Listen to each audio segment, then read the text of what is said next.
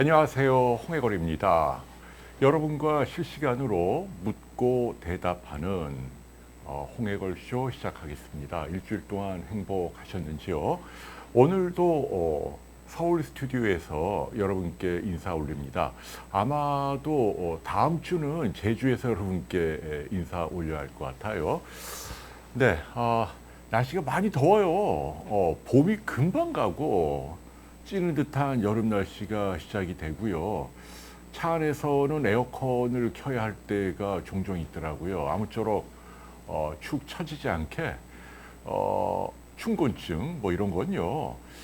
종합 비타민제가 도움이 됩니다.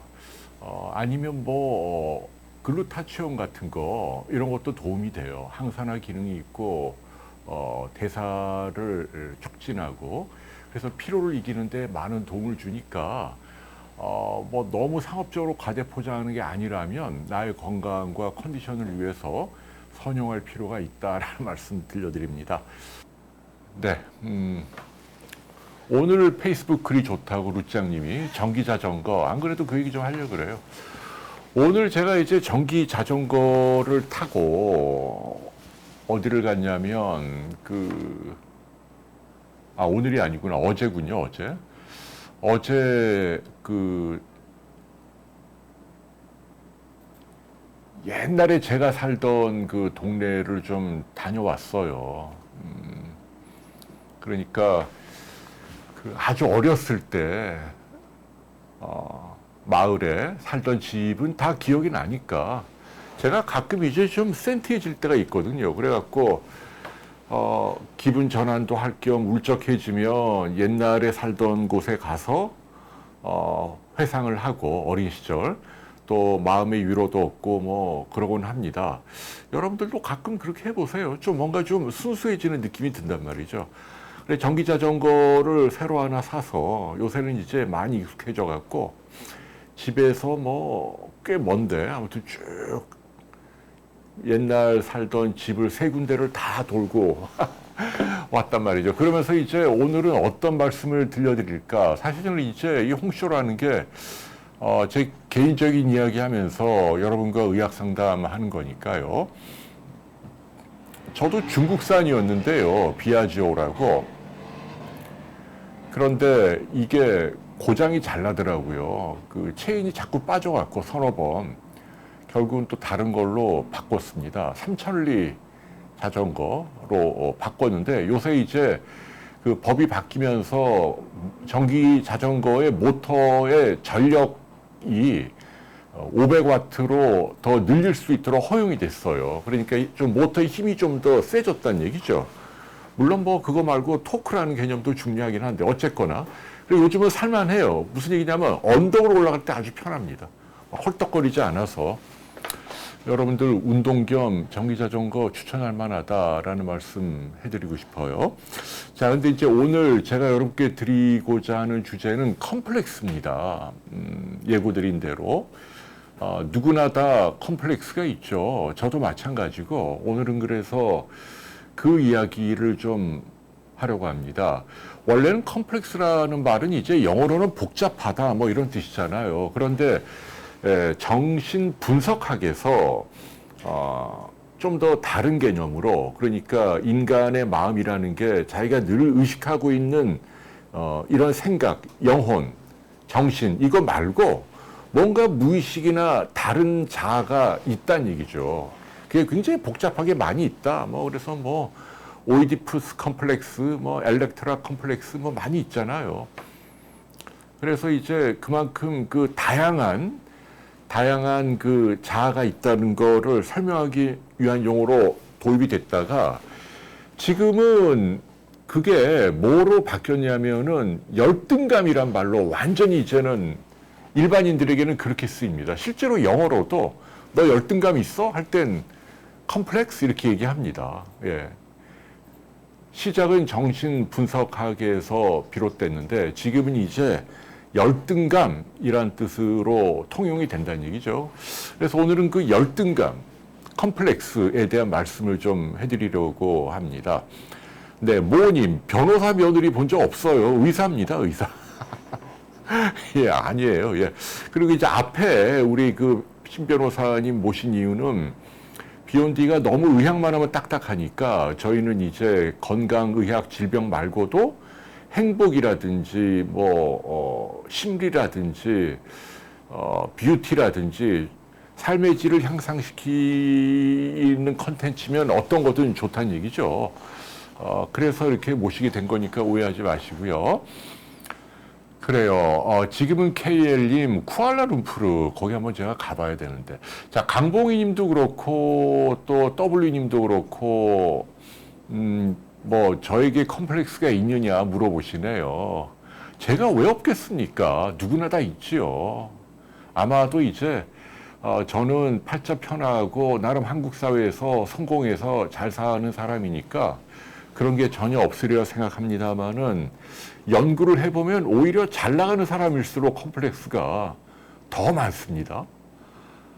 그러니까 간혹가다 어떤 면에서 자기보다 우월한 존재를 만나게 되면 묘하게 기분이 다운되는 그런 게 더 예민하게 있다는 얘기예요. 근데 오늘은 제 개인적인 자랑 이런 게 아니고 뭔가 여러분께도 좀 특히 우리 후학들에게 도움이 될 만한 내용들을 뽑아내기 위해서 이 주제로 선정을 했습니다. 죄송한 얘기입니다만은 네, 주인님이 저보고 게이냐고요? 게이 아니에요. 네, 게이면 어떻고요? 무슨 상관이에요? 인구의 10%가 게이 아니면 레즈비언이에요. 사실은 안 알려져 있어서 그렇지 굉장히 흔합니다. 그래요. 제시카님, 양복이 어울린다고요. 감사합니다.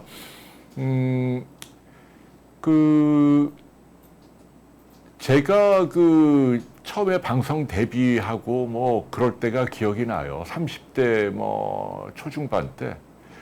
그런데 그때 방송국의 아나운서들 사이에 뭐라고 소문이 났냐면, 홍해걸은 부르주아다.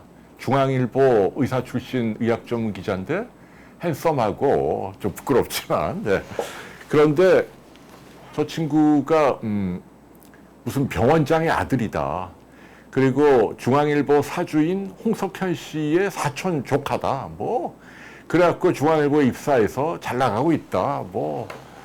집도 의리의리하고 그렇대요. 지금도 그렇게 알고 있는 분이 계세요. 제가 홍석현 씨의 친척인 걸로.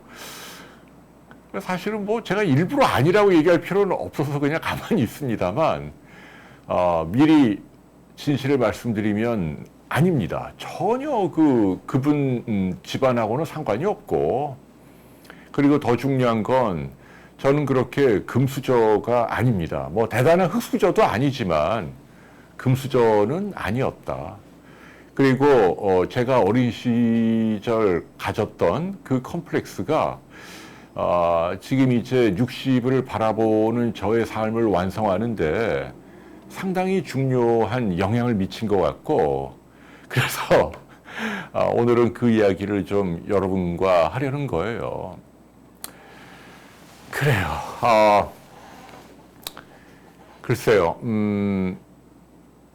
결론부터 말씀드리면 사실은 이제 전에도 한번 홍쇼에서 제가 얼핏 말씀을 드렸는데, 저는 제 철이 들고 나면서부터, 그러니까 아마도 중고등학교 무렵이었던 것 같아요. 그때부터 조금씩 제가 사는 지역에 대한 컴플렉스가 있었어요. 그 전에는 없었는데, 그 지역에 지금도 살고 계시는 분들께는 대단히 죄송한데, 근데 오늘은 좋은 취지로 이야기하는 거니까 좀 이해를 해주시고요. 저쪽 구로 쪽입니다. 구로. 서울의 남서부에 있는 지역이죠. 지금은 이제 행정구역이 구로구도 있고 금천구도 있고 관악구도 있고, 거기가 이른바 제가 유년기나 청소년기를 보냈던 곳이에요. 그것보다도 더 옛날에는 전국을 돌아다녔죠. 부산에도 있었고, 강원도 양구에도 있었고, 전라도 광주에도 있었고, 대구 옆에 외관에도 있고, 왜냐면 아버지가 직업 군인이셨거든요. 미군 부대 통역장교. 뭐 저희 아버지도 뭐 인텔리죠. 대학의 영문과를 나오고, 근데 집이 워낙 가난하니까 가족을 부양하기 위해서 젊은 나이에 이제 미군 부대 통역장교로 들어가서 대위 때 저희 어머니하고 노총각으로 결혼을 해서 그러다 보니까 뭐 부대를 따라 계속 돌아다닌 거죠. 서울에 올라올 기회를 잡았는데 이제 저하고 제 동생 둘을 낳고, 그러니까 제가 초등학교 들어가기 직전이죠. 1972년입니다. 1972년도에 아버지가 정착한 곳이 가리봉동이라는데요. 지금도 있어요, 가리봉동. 왜 글로 가셨냐면은 이제 거기에 보충대라고 군 부대가 있고, 통근버스가 거기 왔다 갔다 운영을 하고, 또 그 지역에 때마침 정부에서 공영주택이라고 주택단지를 만들면서, 그러면서 인구가 막 유입되던 시절이래요. 그래서 제가 지금도 기억나는 게,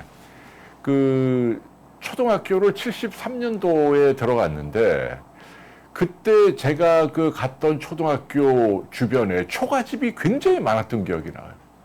초가집이 많았어요. 아무튼 믿어지세요? 서울에 초가집이 그냥. 그리고 저희 집은 이제 기와집, 포플러 나무가 있던 조그만 기와집을 저희 아버지가 사서 이제 거기에 정착을 하게 된 거예요. 근데 저는 그때는 뭐 대단히 뭐 누구나 다 어려운 시절이니까 물자도 귀하고 뭐 서울우유 같은 거 하나 사면 조그만 거 아버지하고 저만 하루에 한 병 마시고 제 동생 둘은 못 마시고, 제 여동생은 하도 계란이 먹고 싶어서 나중에 시집을 계란 장수한테 간다. 그리고 콜라 같은 거 소풍 때나 마시니까 너무 맛있는 거예요, 콜라가. 이거 좀 마셨으면 좋겠다. 뭐 아무튼 별의별 기억이 다 나네요. 아무튼 어렵고 뭐 그랬던 시절입니다. 뭐 저보다 더 연배가 많은 분들도 많으시지만, 그러다가 이제 제가 3학년 때인가 이사를 갔어요, 양옥집으로. 근데 마찬가지로 그 동네, 마찬가지로 가리봉동에 슬랍으로 된, 이제 기와가 아니고 슬랍으로 돼 있고, 이른바 옥상이 있는 집이죠. 그리고 마당에 조그만 정원도 있고, 뭐, 그 당시만 해도 뭐 대리석을 붙여갖고, 제가 그 집 이사 갔을 때 어린 나이에 굉장히 기뻐했던 기억이 나요.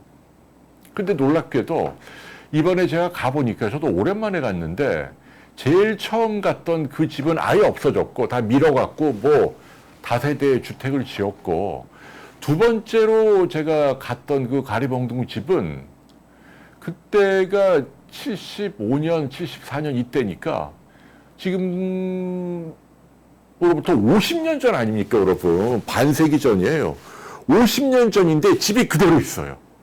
제가 깜짝 놀랐어요. 아무튼, 야, 그 동네가 그대로 있는 거예요. 참 어이가 없어요. 집이 그대로 있고, 안에 야외 화장실, 포도나무 심었던 조그만 정원의 지하실에 옥상 올라가는 계단하고 현관, 이게 다 기억이 나는 거예요. 다.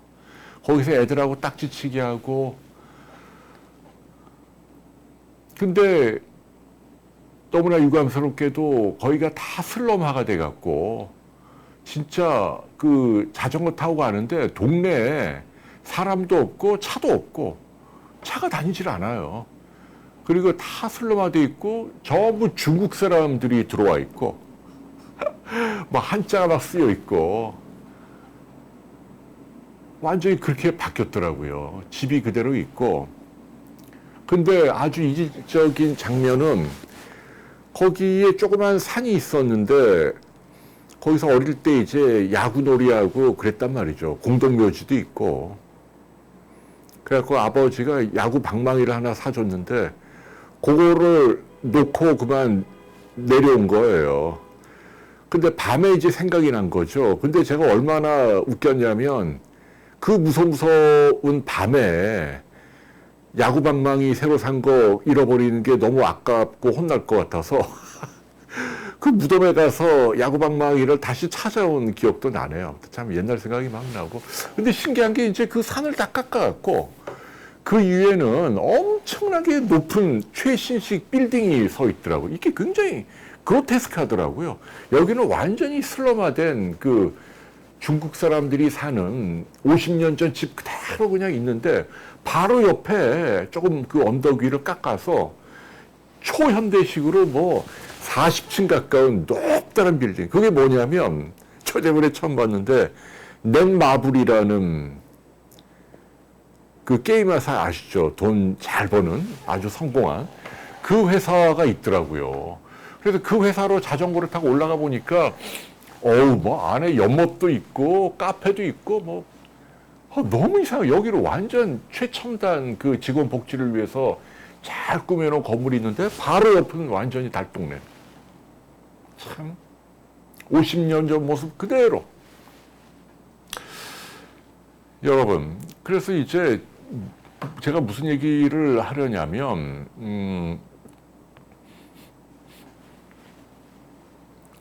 네. 그러니까 뭐 난곡도 저희 동네 근처죠. 난곡. 제 여동생은 창우님 이제 그 숙대 전산과 나와서 지금 가정주부로 잘 있고, 제 남동생은 연세대학교 의대 나와서 의사입니다. 그래도 우리 삼형제는 재수 한 번 안 하고 공부도 잘 했고, 또 중매도 아니고 전부 다 자기가 알아서 연애해서 지금까지 애들 낳고 잘 살고 있습니다. 부모님께는 뭐 그게 효도죠. 뭐 오늘은 안 그래도 도시락 싸갖고 아버지 어머니 집에 좀 찾긴 했는데 그 얘기 해드리니까 좋아하시더라고요. 근데 제가 이제 오늘 무슨 말씀을 드리냐면 아니 근데 저는 그래도 그게 낭만이 있었어요. 그 시절에는. 왜냐하면 이제 뭐 어머니가 워낙 살림꾼이니까 우리 어머니는 뭐 이렇게 공부를 많이 한 분은 아닙니다만은 전형적인 착한 어머니죠. 뭐 늘 공부하는 옆에 뜨개질하고 서 있고 먹을 거 늘 해주시고, 지금도 기억나는 게 가리봉동 살 때는 철산동에 가서, 지금 광명 쪽이에요. 거기 안양천 있는데 거기를 나무로 만든 배를 타고 건너가서 토마토를 한 괴짝을 사갖고 와서 그럼 싸니까 그 토마토를 그냥 가족들끼리 여름에는 실컷 먹었어. 토마토 정말. 그리고 감자 같은 것도 한 보대 사갖고 매일 삶아 먹고, 먹는 거 참 잘 챙겨주시고 그랬던 기억이 나네요. 근데 이제 문제의식이 시작된 게, 중학교를 갔는데 그놈의 그 선생님이 그 사회 선생님하고 도덕 선생님 두 분이 아주 고약한 분이 오신 거야. 그래갖고 이분이 맨날 지역을 비하하는 거예요. 이런 똥그로 새끼들 뭐. 이게 말이 됩니까? 지금 같으면 난리가 날 텐데, 그때는 선생님 뭐 예사였죠. 뭐 애들 패도 아무 말도 안 하고 뭐 그러던 시절이니. 근데 그 양반은 맨날 오면 애들 보고 뭐 도림천이 어떻고 뭐 도림천에 빠져 죽어야 될 놈들, 뭐 무식한 놈들, 뭐 맨날 구로가 어떻고 뭐 그래. 참 그 양반 참 왜 그러나 몰라요. 아무튼 그래갖고 저는 그 양반이 하도 그러니까 사회 선생하고, 내가 사는 동네가 그렇게 후졌나 어린 마음에 그런 생각을 했던 기억이 납니다. 근데 이제 그 집이 뭐 좋은 환경은 아니죠. 뭐 주택가에서 좀 가면은 공단 지역이니까 뭐 한국 마벨이라고 있었고, 뭐 다 전자 제품 조립하는 회사들이에요. 거기 뭐 지금도 기억나는데 그 공장이 들어서면서 환경은 좋아졌어요. 아스팔트가 쭉쭉 이렇게 만들어지니까. 그런데 그 옆으로 이렇게 초록색 폐수가, 오염수가 지나가는 그런 기억이 아직도 나고, 아이고 참 뭐 그래도 지금까지 건강하게 잘 살고 있습니다. 아니 근데 이제 제가 왜 이런 말씀드리냐면, 그러면서 이제 그 제가 고등학교 들어가고 할 때 이게 그 열등감이 생기더라고요. 이른바 사는 지역에 대한. 그게 뭐 그 건축학 개론인가 하는 영화에도 보니까 뭐 그런 대목이 나오대요. 그 시기는 뭐 한 2000년대 초반 정도나 뭐 1900년도로 알고 있는데, 앞서방이라는 지역이 뭐 유행을 했다면서요. 뭐 압구정, 서초, 방배 이런 데가 이제 잘 사는 사람들이 사는 지역이라 그래서 거기 출신들이 이제 그 이성에게 어필하고 폼 잡고 뭐 이랬다고 하네요. 지금도 서글프지만 그런 현실이 있죠. 내가 어디 산다 그러면 대충 견적이 나오니까. 똑같은 아파트고 똑같은 콘크리트인데 강남에 있으면 뭐 저 지방 변두리에 있는 것보다 뭐 10배씩 하는 데도 있으니까 참 모순이긴 한데 어쩌겠어요. 사람들이 길을 쓰고 오겠다 그러니. Anyway, 어쨌거나 이제 저는 어린 마음에 이제 그때 이제 좀 철이 들면서 진짜 이 좀 이른바 불만이 생기더라고요. 불만이. 네, 개천에서 용량 케이스인가요? W니 뭐 그런 셈이죠. 오늘 그냥 편하게 제가 좀 얘기를 하려는 거예요. 재미있어, 초이 씨? 어? 뭐 지적을 해. 뭐 좀 내가 옆길로 많이 빠지면요. 아니 그런데 이제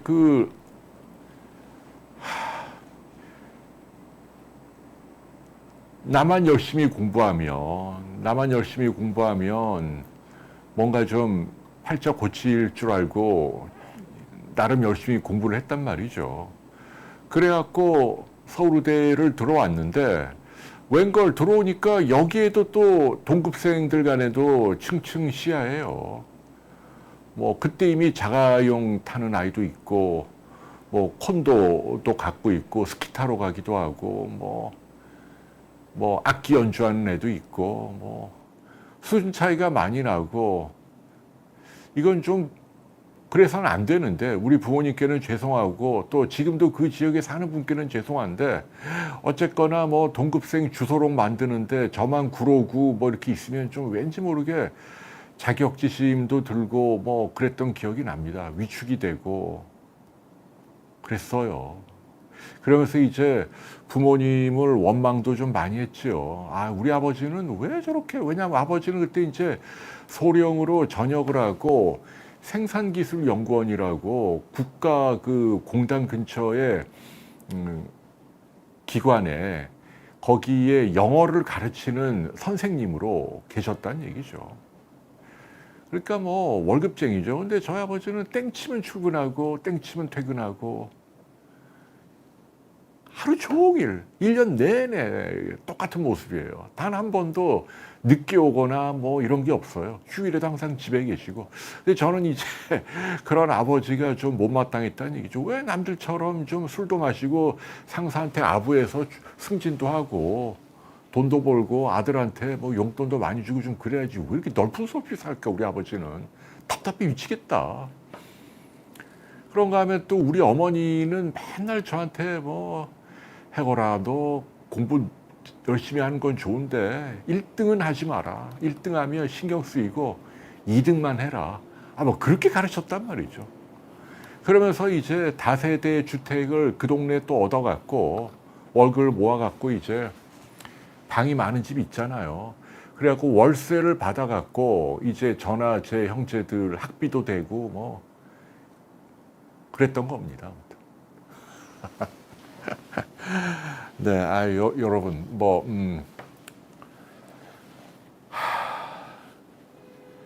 오세광님은 많이 글을 올리시네요. 네, 오세광님은 인하대학교를 가셨구나.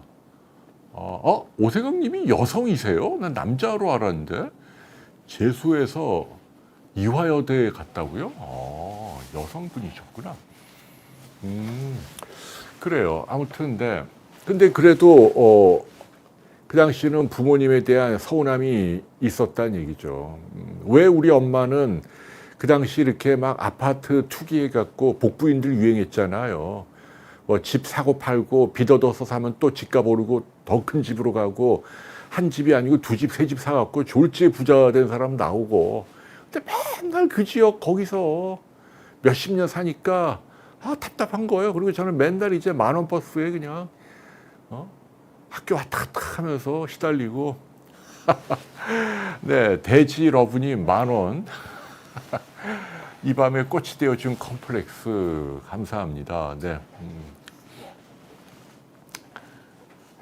그러던 차에 이제 서울대 들어가면 좀 팔자 고치는 줄 알았는데 들어가 보니 또 층층시야예요. 그 안에서도 부모님의 백그라운드에 따라 제 동기 가운데 뭐 검사장 아들도 있고 병원장 아들도 있고 뭐 다양하죠. 아니면 뭐 시골 깡촌에서 온 애도 있고.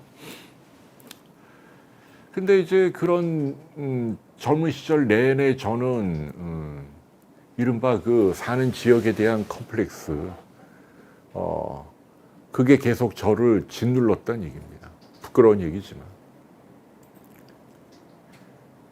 그러던 것이 이제 그 제가 모처럼 마음의 문을 열고 처음으로 사랑을 고백했던 학교 후배 여학생에게도 뜻을 이루지 못하고 속된 말로 이제 차이게 된 거잖아요.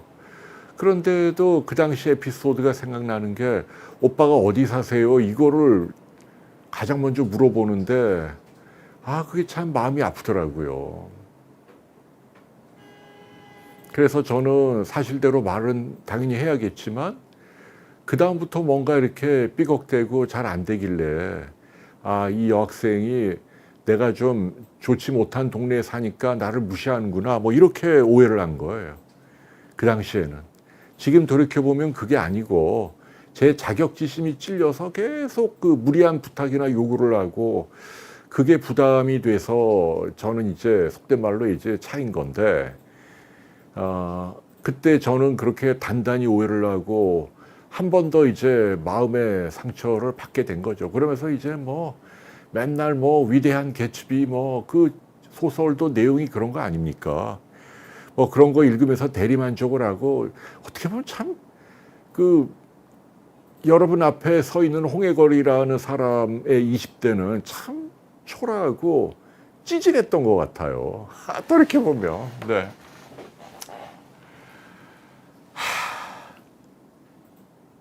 그리고 살았습니다, 여러분. 근데 이게 저만 그런 게 아니고 책을 읽거나 다른 사람들 이야기를 보면 굉장히 흔한 레파토리예요. 여러분들도 아마 어느 정도 공감할 거예요. 그 어떤 뭐 대개는 컴플렉스라는 게 남보다 못한 건데 뭐 출신 지역이나 뭐 집안, 뭐 외모, 학력 뭐 등등 뭐 여러 가지 뭐 이런 비교할 수 있는 영역에서 남보다 좀 부족함을 느끼는 거니까. 뭐 지금도 흑수저금수저합니다마는 김택일 씨라고 아시죠? 김택일 선생님이죠. 돌아가신 분인데 뭐 대한민국을 대표하는 철학자죠. 뭐 그 김형석 지금도 살아계시죠. 연세대학교에. 그리고 서울대의 김택일, 숭실대 안병욱 이 세 분이 뭐 1960, 70년대 대한민국을 대표하던 철학자였잖아요. 근데 그분의 그 글도 제가 읽은 기억이 나는데 그 김택일 선생님도 젊었을 때 좋아하는 여학생이 있었다는 거예요. 그리고 그 여학생도 자기를 굉장히 좋아하고 그래서 그 여학생이 자기에게 편지를 썼는데 내가 너를 죽음 이후에도 사랑하겠다. Love, I will love unto death. unto death라고 영어로 표현하는 게 있나 봐요. unto, U-N-T-O에서 love unto death. 뭐 이렇게까지 글을 남기고 그런데 그 여학생의 그 아버지가 변호사였는데 딱 만나보니까 엄청 욕심이 줄줄 흐르는 아주 세속적인 변호사고 그러니까 그 가난한 고학생 뭐 의사도 아니고 법대도 아니니까 얘 못 만난다 해서 이제 헤어지고 상처를 많이 받고 그분 뭐 옛날 추억을 회상하면서 그런 글을 쓰셨더라고요. 아무튼 기억이 납니다. 컴플렉스죠. 장 크리스토프라는 소설 그때 저 뭐 밑줄 치면서도 뭐 읽었습니다만은 초반에 보면 이제 민나라는 여자를 처음으로 이제 사랑하게 되는데 주인공이. 그런데 이제 그 어머니가 너는 신분이 천하니까 안 된다라고 얘기할 때 꼭지가 확 돌아가고 아무튼 엄청난 그 신분에 대한 컴플렉스를 또 느꼈다는 거고요. 아무튼 뭐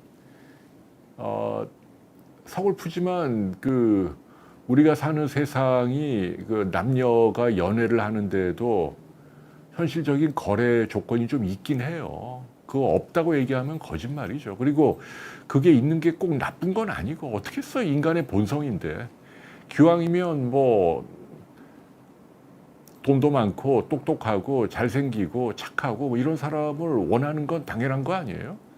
제가 그 사회주의가 실패하는 이유가 그거라고 보는 거예요. 홍세화 선생을 존경하지만 그러나 세상이 그렇게만 되는 게 아니잖아요.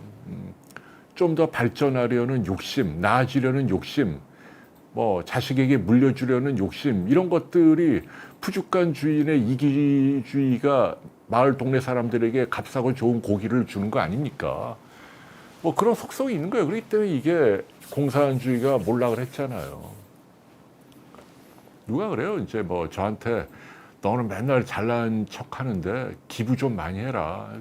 옛날에는 기부를 좀 많이 뭐 실제로도 저는 제 생각으로 많이 했고 사회적 책무를 다하려고 애를 썼고 왜냐하면 뭐 제가 과분하게 많이 누리고 사니까 사회에 대한 생각을 해야 되고 집사람도 그런 생각이고 그런데 요즘 저는 생각을 좀 달리 했어요. 뭐냐면 그 과연 재산을 다 나눠주는 게 최선인가? 저는 아니라고 보는 거예요. 가령 유한양행을 그 당시 유일한 선생이 사회에 환원했을 때 오늘날 결과가 어떤가? 별로 발전한 게 없어요. 그 당시는 현대자동차보다 매출이 더 많았던 게 유한양행이에요. 엄청난 기업인데 그걸 그냥 사회에 환원했으니까 엄청난 갈채와 박수를 받고 존경받는 위인이 된 건 맞는데 그거를 지금 이제 후손들은 다 쫓겨나다시피 했죠. 지금 얼마 전에도 뭐 이사회에서 뭐 부결되다시피 하고 그게 옳은가? 그러니까 자식이라는 이유만으로 3대, 4대, 5대 대대손손 뭐 지대를 추구하는 그런 삶을 사는 건 저는 반대예요. 그런 게 어디 있어요? 그건 건전한 자본주의가 아니고 그런 선진국은 없죠. 그런다 중요한 건 무조건 나눠주는 게 옳은가? 아까 홍세화 선생님처럼 물신주의의 팽배함, 물신주의만 추구하는 건 잘못된 거지만 좋은 집에 가고 돈을 많이 벌고 뭐 좋은 학교를 가려는 노력이 경시되거나 웃음거리가 되는 게 옳은가? 그런 사회는 발전이 없잖아요. 그러니까 저는 제가 아는 비욘디도 그렇고 포뮬러도 그렇고 열심히 키워서 국가의 세금도 많이 내고 직원들에게 월급도 많이 주고 복지도 잘해주고 소비자들에게는 다른 어떤 회사보다 싸고 좋은 제품을 제공을 하고 그리고 외국에 나가서 경쟁해서 달러도 많이 벌어오고 이렇게 앞으로도 그렇게 가는 게 더 귀하고 소중한 일이다라는 생각을 해봅니다. 이게 자꾸 제가 엉뚱한 얘기를. 아무튼 저는 컴플렉스 얘기를 왜 하냐면 오늘날 그 홍해걸이 있기까지 이 컴플렉스가 꽤 저는 중요한 원동력이 됐다고 생각을 해요. 이 방송을 보는 분 가운데 아마도 처지가 어려운 그런 분들도 많이 계시리라고 믿고요. 뭐 또 하나의 자수성가했다고 폼 잡는 사람의 뭐 자랑이구나라고만 생각하지 마시고 저는 오늘 어떤 선의를 갖고 좀 부탁을 하려고 이 자리에 온 거예요. 여러분과 좀 말씀을 나누면서. 제가 20대에 그랬단 말이에요. 그리고 원하는 사랑도 이루지 못하고 군대 군의관으로 갔는데 허리를 또 심하게 다쳐갖고 허리 수술도 하고 지금도 여기 흉터가 이만큼 있어요. 뼈를 뜯고. 그러니까 허리가 아파서 절뚝절뚝대고 의병 전역해서 낭망해 있을 때 근데 여러분 참 그 아까 어느 분이 얘기하셨는데 제가 저희 부모님을 그 당시에는 약간의 원망도 했지만 왜냐하면 저는 아파트에 한번 가보는 게 소원이었거든요. 남들 다 아파트 생활하는데 막 제 친구 중에 어떤 애는 막 자기가 샤워했다고 자랑하는 거예요. 샤워 집에서 어떻게 샤워를 하냐. 뭐 저희는 그냥 그 일반 주택이니까 그 더운 물이 나오고 뭐 이런 게 아니었죠. 그 물을 덮여갖고 연탄불에 데펴갖고 냉난방도 연탄을 갈아야 되고 뜨거운 물을 덮여서 가져야 돼 온수가 나고 뭐 이런 시스템도 아니었던 걸로 기억을 한단 말이죠. 근데 이제 돌이켜보면 저희 부모님은 참 착한 분이었던 것 같아요. 우리 아버지는 한평생 저희 엄마만 사랑했고 지금 뭐 59년째 살고 계시니까요. 그리고 비록 뭐 월급장이었지만 한 번도 엉뚱한 짓 한 적 없으시고 굉장히 가정적이고 늘 호떡이나 뭐 아니면 퇴근할 때 호떡 아니면 귤 같은 거 사오시고 퇴근하면 저희 어린 시절 다 잡아갖고 비누로 손발을 다 매일 씻기셨어요. 비누로. 그 기억이 나요. 하여튼 참 근데 우리 아버지는 몸이 안 좋아서 뭐 디스크가 심해갖고 굉장히 그 고생을 많이 하시고 저희 어머니는 아까 말씀드린 대로 이제 그 아버지가 벌어온 작은 돈을 아끼고 절약해서 그래갖고 은행에 저금을 하고 개를 들고 해서 그걸로 집도 조금씩 넓혀가고 그래도 저는 장남이라고 크게 부족함 없는 생활을 하도록 해주셨단 말이죠. 그런 부모가 저는 쉽지 않은 것 같아요. 그래서 저는 지금도 뭐 이 자리를 빌어 우리 부모님께는 고마운 마음이에요. 그 당시엔 철이 없어갖고 좀 원망도 했지만. 근데 여러분, 제가 그래갖고 20대 후반에 인턴 마치고 군의관 이제 전역을 하고 아주 엉뚱한 길을 가잖아요. 전에도 말씀드렸지만은 인턴은 마쳤지만 레지던트를 가지 않고 신문사로 갔단 말이죠. 신문사로. 원래는 이제 제가 사법시험을 준비해서 금이 환영해서 우리나라 최초로 의사와 변호사 양쪽에 다 합격한 이래갖고 저를 찬 여학생에게 좀 화려하게 복수하겠다 이런 유치한 마음으로 의과대학 다닐 때도 법학책을 사다 놓고 사법시험 준비를 했다니까 참 제가 엉뚱하죠. 군의관 그 전주함이라고 구축함 탈 때에도 배유에서도 법학책을 갖다 놓고 공부를 했단 말이에요. 그런데 이제 이게 공부가 양쪽을 다 한다는 게 쉬운 것도 아니고 그 다음에 제가 알고 보니까 이미 일제시대에 의사와 변호사를 동시에 합격한 사람이 한 명도 아니고 3명이나 있더라고요. 지금은 그런 분들이 한 20-30명 돼요. 굉장히 흔해졌습니다. 뭐 검사도 있고 판사도 있고 변호사도 있고 뭐 많지만 그 당시에 3명이 있더라고요. 그래서 그러면 이거 뭐 국내 최초도 아니고 이거 말고 딴 거 해야겠다 하던 차에 마침 중앙일보에서 의학기자를 뽑는다. 사실은 저는 중앙일보를 별로 안 좋아했어요. 왜냐하면 그 당시만 해도 저는 젊었을 때는 좀 좌파였거든요. 왜냐하면 이제 저는 그런 제가 사는 환경이나 이런 것에 대한 이 어려움을 기득권의 부패함, 뭐 불공정함 이런 탓이라고 생각을 하고 뭐 재벌이나 뭐 권력자나 이런 사람들을 저는 많이 미워했거든요. 그리고 그 당시에는 정말 불공정한 게 굉장히 많았고 막말로 한국 사회 초창기 때 자본주의는 특혜가 많았잖아요.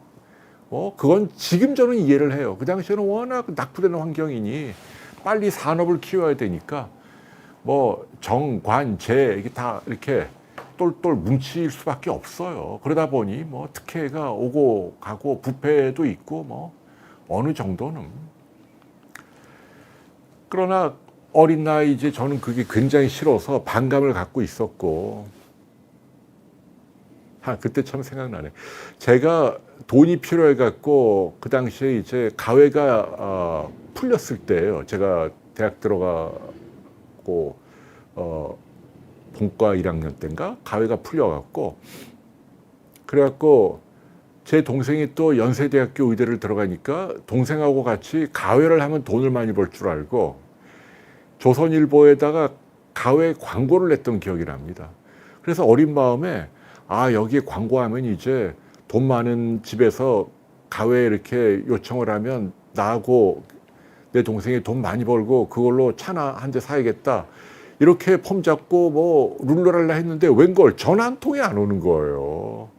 그 희한하대요. 그래서 제가 야, 이게 정말 세상에 돈 버는 건 정말 공부하는 거하고는 또 다른 차원의 어려움이 있는 곳이구나. 좌절을 많이 했어요. 야, 뭐 아니 서울대 나온 사람인데 왜 전화도 안 오지? 근데 지금 돌이켜보면 그게 제가 사는 지역 탓인 것 같아.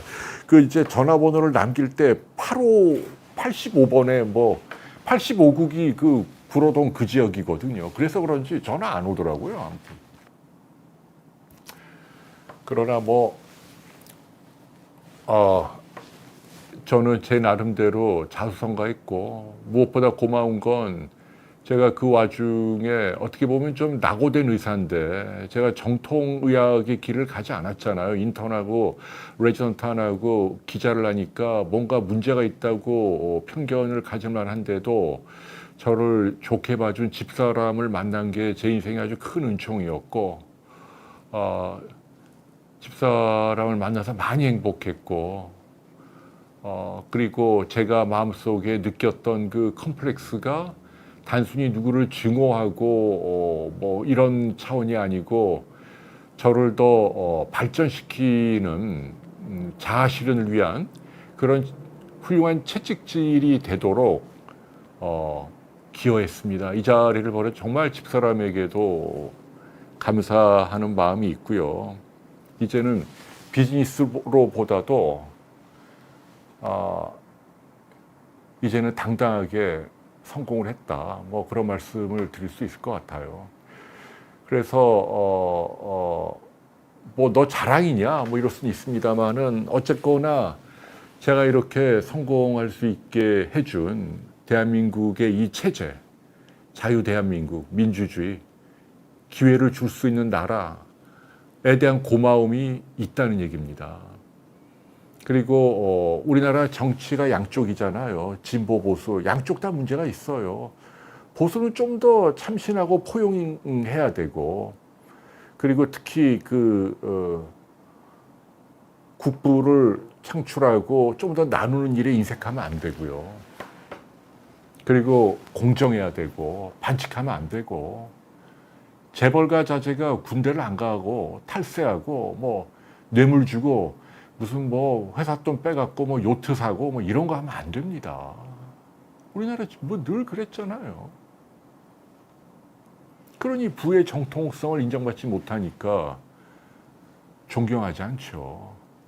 물론 이 진보 쪽에 있는 분들도 좋은 분도 많지만 이상한 분들도 있어요. 괜한 사회에 대한 적개심만 갖고 뭐 토착외구를 입에 달고 다니는 사람들 있잖아요. 불쌍합니다. 왜 그래요?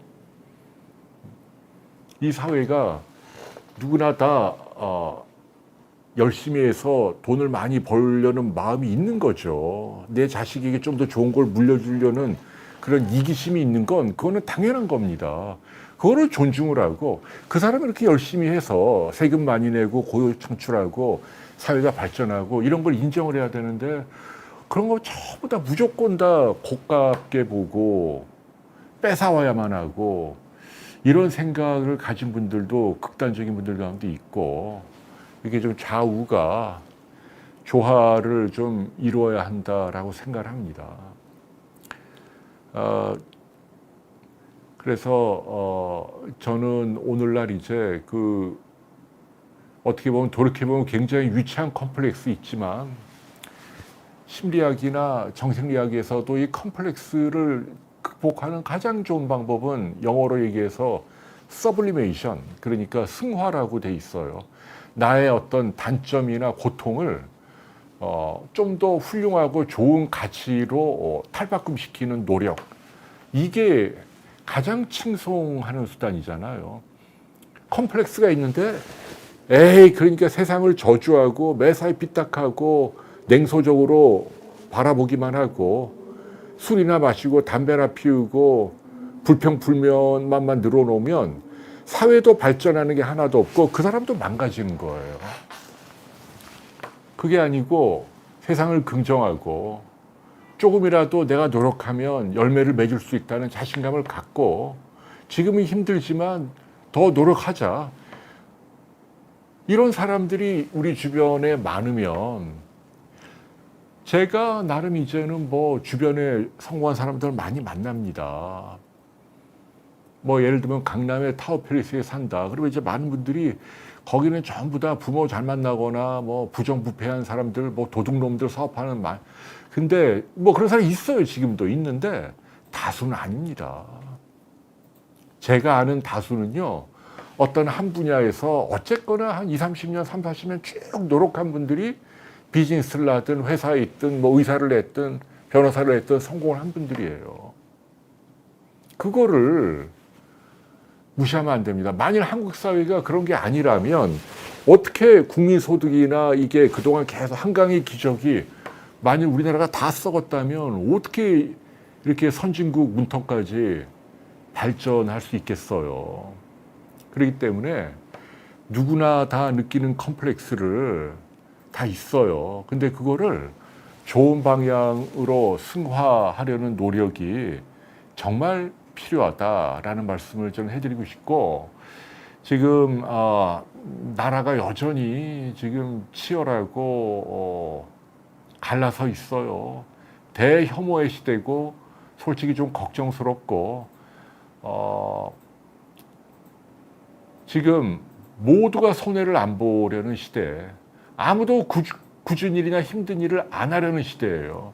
그런 거 하면 손해. 근데 누군가는 해야 되잖아요. 그럼 어떻게 합니까?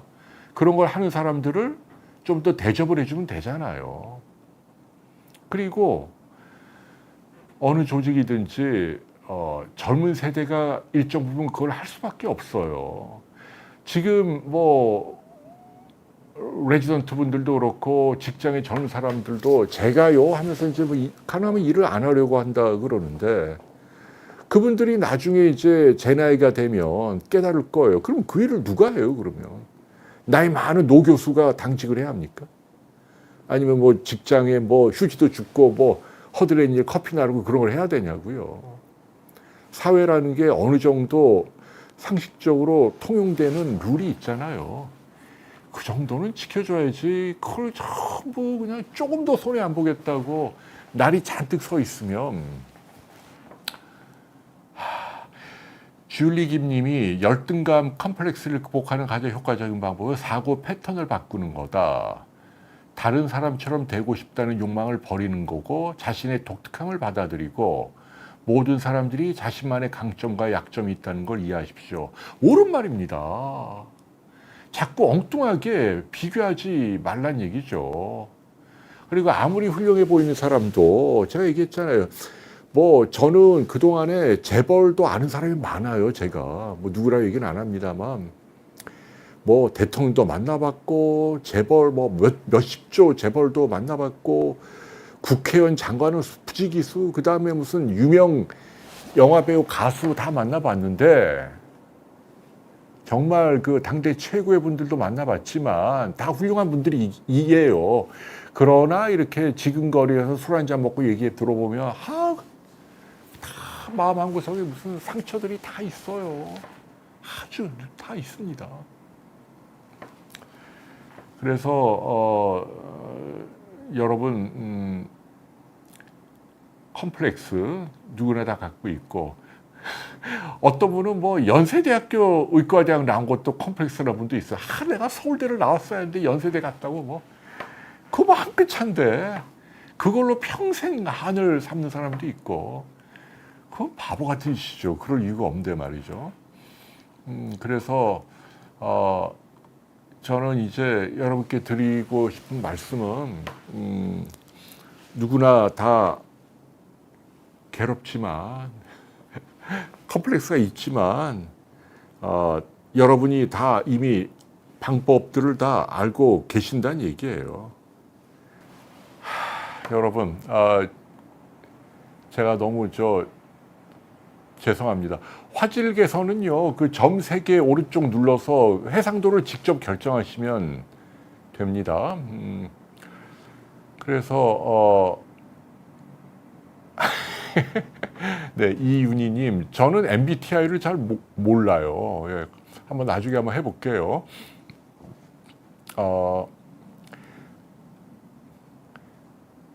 메니에르병 삼지구엽초님, 이거 참 어려운. 이 메니에르병은 저는 어떤 분을 추천하냐면 그 아산병원에 한번 찾아볼래요?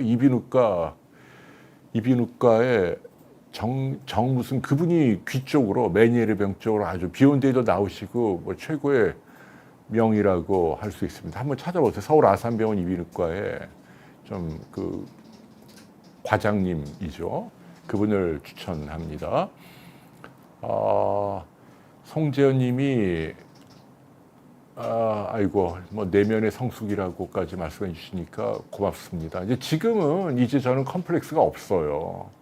제가 잘나서 없는 게 아니고 이제는 인생 살 만큼 살고 뭐 몸도 아파보고 집사람도 온갖 애환에 시달려보고 뭐 죽고 싶다 뭐 이런 여러 경험도 해보니까 정말 중요한 게 그런 게 아닌 또 다른 세계가 있다는 걸 절감하고 저는 하루하루 마냥 조심하고 감사하면서 살고 있고 누구한테 컴플렉스를 느낄 이유가 정말 죄송한데 단 한 명도 없습니다. 예전에는 저는 이제 지식인 그룹에 돈 많은 사람보다는 뭐 예를 들면 뭐 안철수 선생이나 뭐 오세훈 시장도 좀 부러워했고 오세훈 시장 또 제가 개인적으로 잘 아는 분이죠. 뭐 근데 이제 어쨌거나 이회창 씨한테 픽업이 돼서 국회의원을 했고 저는 엠바고 사건으로 한번 긁히는 바람에 한국 시민사회에서 한번 매장을 댄 그런 아픔이 있죠.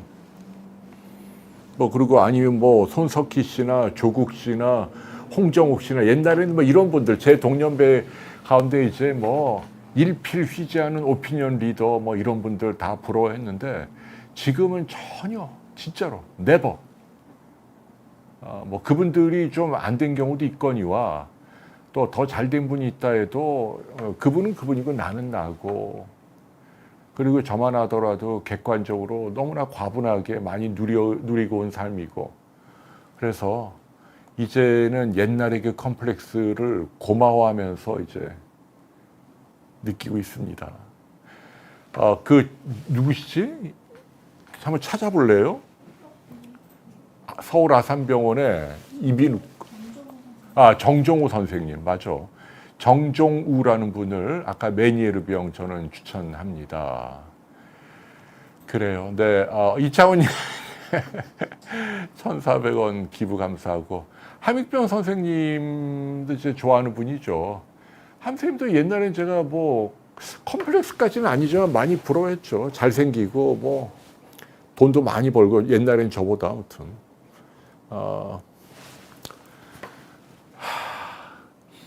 네, 윤희님 말씀대로 워렌 버핏처럼 맥도날드 매일 먹는 거 대단한 분이죠. 그분은 뭐 이 세상 사람이 아닌 정말 레벨을 보여주고 있는 분이고 스마트 딸리님은 정말 오랜만이네요. 네, 근데 또 뭘 이렇게 기부를 하세요? 이렇게 한번 제주에 오시라니까요. 제가 다음 주에 내려가니까 한번 오시면 제가 잘 모실게요. 네, 콩지맘님 정종우 선생님입니다. 그래요. 오케이. 네. 오늘 제가 의학 상담은 간유리 음영은 로봇을 받을 수 있나요? 네, 요즘은 이제 간도 로봇으로 많이 합니다. 할 수 있습니다. 근데 뭐 그냥 흉곽경으로 하는 게 비용은 훨씬 싸고 그리고 치료 결과에서 로봇은 왜냐하면 이게 처음 배운 의사는 러닝 커브가 있기 때문에 처음 한 4, 50케이스 할 때까지는 손이 익숙치 않아서 결과가 좀 안 좋아요. 안 좋다기보다 아무튼 어려워. 그래서 로봇도 많이 한 사람한테 가는 게 좋다는 얘기를 해드리고 싶어요. 그래요. 그래서 오늘 결론부터 말씀드리면 누구나 컴플렉스가 있고 근데 이거를 세상을 긍정하는 승화시키는 좋은 쪽으로 활용을 한다면 나의 인생을 훨씬 더 레벨업 시키는 데 도움이 되고, 줄리킴 님이 또 $30 기부 고맙습니다. 그래요. 여러분 오늘도 많이 성원해 주셔서 감사하고, 함익병 선생님이 아마 이제 그 몇 주 있으면 아마 화요일마다 3시간 동안 라이브 할 거예요. 좀 의료 제도나 뭐 정치 쪽이기도 할 수 있는데 특정 정당을 편들지 않도록 몇 번이고 제가 이렇게 좀 주의를 드릴 거고, 여러분들도 댓글로 응원을 해주시되 옆으로 세면 좀 혼 좀 내주시고요. 그리고 저는 이제 요새 집사람이 조금 건강해져서 제주에 가면 이제 예전처럼 인사이트 인터뷰를 4월 말부터 이제 하려고 합니다. 일요일을 하려고 해요. 그래서 한 번에 한 3시간 정도 아주 길게 하려고 합니다. 그래서 의사뿐 아니고 뭐 심리학자, 공학자, 미래학자, 뭐 다양한 분들, 뭐 목사님, 뭐 이런 분들 모시고 왜냐면 이제 비욘드의 기본 모토는 건강도 있지만 행복도 있고 그러기 때문에 여러분께 좀 의미 있는, 유튜브가 요즘 너무 좀 품위가 없어요. 그냥 저만이라도 좀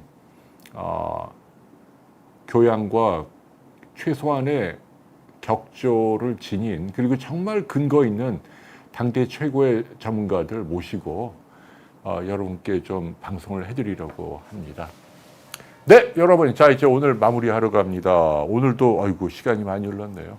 오늘 제 개똥 철학, 그리고 뭐 별 의미도 없어 보이는 저 혼자만의 컴플렉스, 사실은 뭐 더 깊게 얘기할 수 있는 것도 많은데 그런 얘기들은 다음에 또 해드리겠습니다. 신기루님, 간증 방송 같았나요? 스마트하 딸 우아한 보소라고요. 감사합니다. 여러분 정말 감사하고, 일주일 동안 많이 행복하시고, 그 초미세먼지 농도 높을 때는 외출할 때 이거 KF 마스크 쓰시는 거 추천합니다. 자, 안녕히 계십시오. 여러분 행복하십시오.